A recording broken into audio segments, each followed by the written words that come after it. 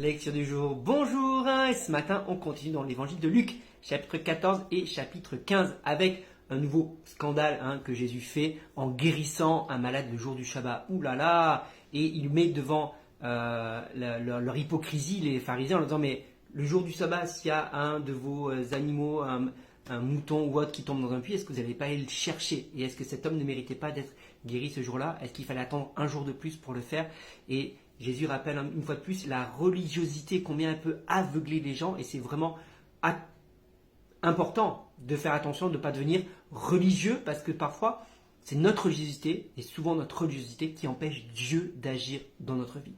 Dieu est capable de le faire, mais c'est nos carcans, nos visions, nos façons de voir, où on met Dieu dans un cadre, et Dieu nous a donné un cadre, mais nous on met un cadre dans un cadre, et on empêche Dieu d'agir souvent à cause de ça. Donc Jésus rappelle qu'il est le maître du sabbat, et que quand Dieu veut agir, c'est pas à nous de le limiter, voilà, tout simplement. Après, il donne quelques conseils, comme notamment, ne sois pas trop orgueilleux, ne cherche pas les premières places, mais il vaut mieux qu'on te dise monte, plutôt qu'on te dise laisse ta place. Donc, reste humble, reste en arrière, reste au fond, et si on te fait monter, alors tu seras tout honoré, alors que si on te rétrograde, tu seras humilié. C'est des conseils très intelligent, évidemment.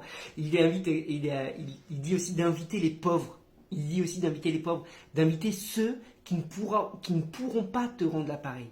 Ça, c'est intéressant. On invite, et souvent on invite les gens parce qu'ils nous ont invités, et etc. Et on fait ça. Mais invite les gens qui ne pourront pas t'inviter parce que tu n'es pas là pour te faire mousser ou quoi que ce soit, mais tu es là pour bénir aussi, tout simplement. Et puis on connaît bien les différentes parabole que Jésus donne. Alors, bien sûr, il y a ce petit passage à la fin de Luc 14 où Jésus dit qu'on doit tout abandonner pour le suivre.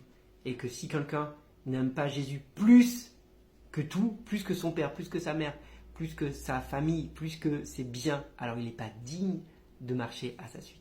Et ça montre vraiment, Jésus doit être au-dessus de tout dans notre famille, dans notre cœur, dans notre famille. Dans notre vie, dans notre cœur, dans nos pensées, Jésus est vraiment au-dessus de tout. Et combien c'est important de réaliser que, effectivement, est-ce que tu es prêt à tout lâcher? Est-ce que tu es prêt à tout abandonner pour le suivre? Ce sont les seules conditions que Jésus demande.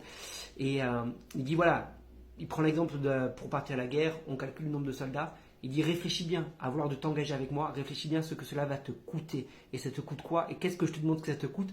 Tout. Que tu abandonnes tout pour me suivre. Et c'est une vraie réflexion. Et ce petit passage aussi à la fin de Luc qui vous dit « Mais vous êtes le sel de la terre, mais si le sel perd sa saveur, à quoi sert-il » Et donc le sel, alors on préfère, moi j'avais réfléchi tout un exposé sur le sel, parce que c'est tellement intéressant quand tu commences à étudier le sel, il sert à tellement de choses, mais le sel, il faut bien le doser parce que sinon c'est pas bon. Et pas assez de sel, trop de sel, on doit être le sel qui donne du goût à la vie, nous sommes ce sel qui doit donner du goût à la vie des gens.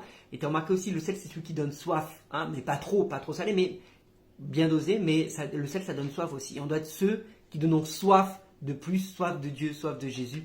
C'est ça le rôle du sel aussi, il y aurait plein d'autres vertus, mais on va s'arrêter. Chapitre 15, il parle de la drachme perdue, il parle du fils prodigue, et on connaît toutes ces différentes paraboles.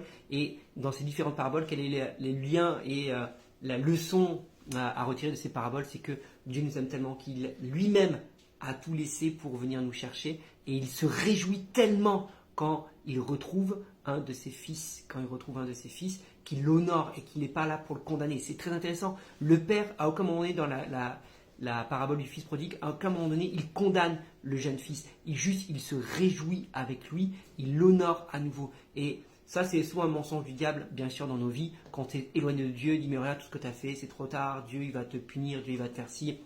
Dieu n'attend qu'une seule chose, c'est que tu reviennes à lui. Il y aura tellement de joie le jour où tu vas revenir à lui. Alors, ne crois pas au mensonge du diable, n'hésite pas à revenir à lui, parce que c'est la joie du Père que tu vas faire éclater. Oui, le Père va laisser éclater sa joie quand tu reviendras pleinement à lui. Donc ne laissons pas le diable nous empêcher de revenir avec ses mensonges, parce que Dieu t'aime tellement qu'il attend ton retour. Voilà, tout simplement, dis-moi toi ce que tu retiens dans ces deux chapitres de Luc 14 et 15, et je te souhaite une bonne journée.